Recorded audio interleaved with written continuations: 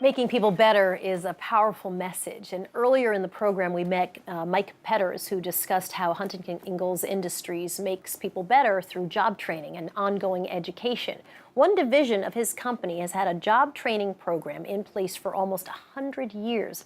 It's the Apprentice School at Newport News Shipbuilding. From welding and ship painting to electrical skills, computer modeling, design of nuclear submarines, the Apprentice School is an education with a purpose: to train the thousands of workers needed to launch advanced ships while they're advancing their careers. So joining us to discuss the program, Elise Felt is a modeling and simulation apprentice, and her mentor is Jason Kinney.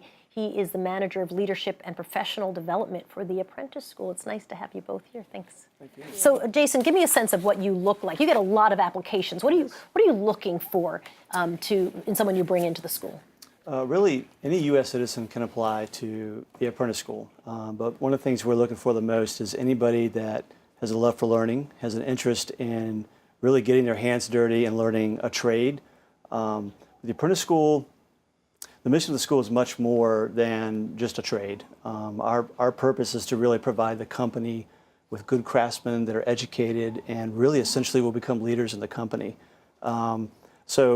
You know, the Apprentice School, when you come into the school, it's just like any standard four-year apprenticeship. So you would start in a trade or a craft. We have 20 different trades that you can come into, shipbuilding trades. After about 2 years working in your trade and learning in that craft, you can actually apply to get into one of our more advanced programs, salaried programs, where you can continue your apprenticeship in areas of engineering, design, modeling, simulation, things like that. The thing that's unusual is that you not only don't have any tuition, you pay students to come, and harder to get into your school than Harvard, for example. Yes, we take in anywhere from 3,000 to 4,000 applicants a year, and we hire anywhere from 200 to 300 a year. So it's very competitive, and that's for a good reason. We're making a huge investment. And it's not just training an apprentice to be a good craftsman. We're pouring a lot into these apprentices because they're going to be ones leading shipbuilders when they're done, and many of them begin to lead even as they're apprentices. So Elise, before you started at the Apprentice School, you had dropped out of college. I had. Single mom, 2 kids. That seems like a lot to overcome. What made you decide to go to Apprentice School?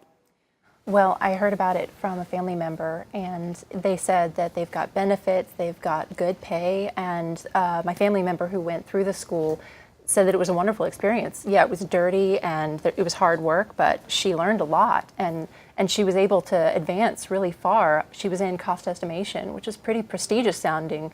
I didn't know much about it, but I was definitely willing to learn and hear more, and I raced online and signed up. You started as a pipe fitter, and as I mentioned earlier, you do modeling and simulation. What does Jason, look, let's put Jason on the spot, shall we? What does he do for you, because he's your mentor? Well, he has been around actually during my apprenticeship in different ways, and as time has gone on, we've sort of forged a bond between us.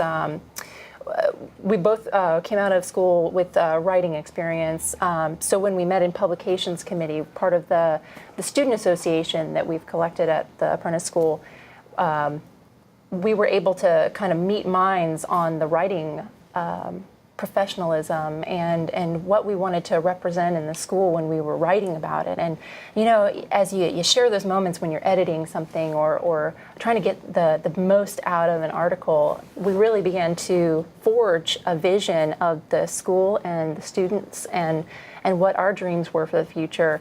And as our professional involvement with each other has increased, he's a faculty advisor at the school for the Apprentice School Student Association, which is our student government organization. And his advice all the time, he gives so much of his just his thinking off the top of his head, and it's always so positive. It's really had a forming effect on my view of my career. And how about your life? I mean, how's it been for your family? Oh my gosh, we have a whole new life ahead of us because of this. 2 boys, how old are they? They're 10 and 12. Great ages. And they've been my rock. You know, they've been my stability It was really hard working two jobs when I first separated from my ex-husband, and I knew I had to go it alone, and so finding something that could bring me home at a regular time every night, and I didn't have to work weekends anymore, it meant that I could be part of their lives. Well, amazing and amazing work. It sounds like you're a terrific mentor, and the program, it sounds absolutely incredible. Thanks, Elise, for talking. Jason as well for joining me today.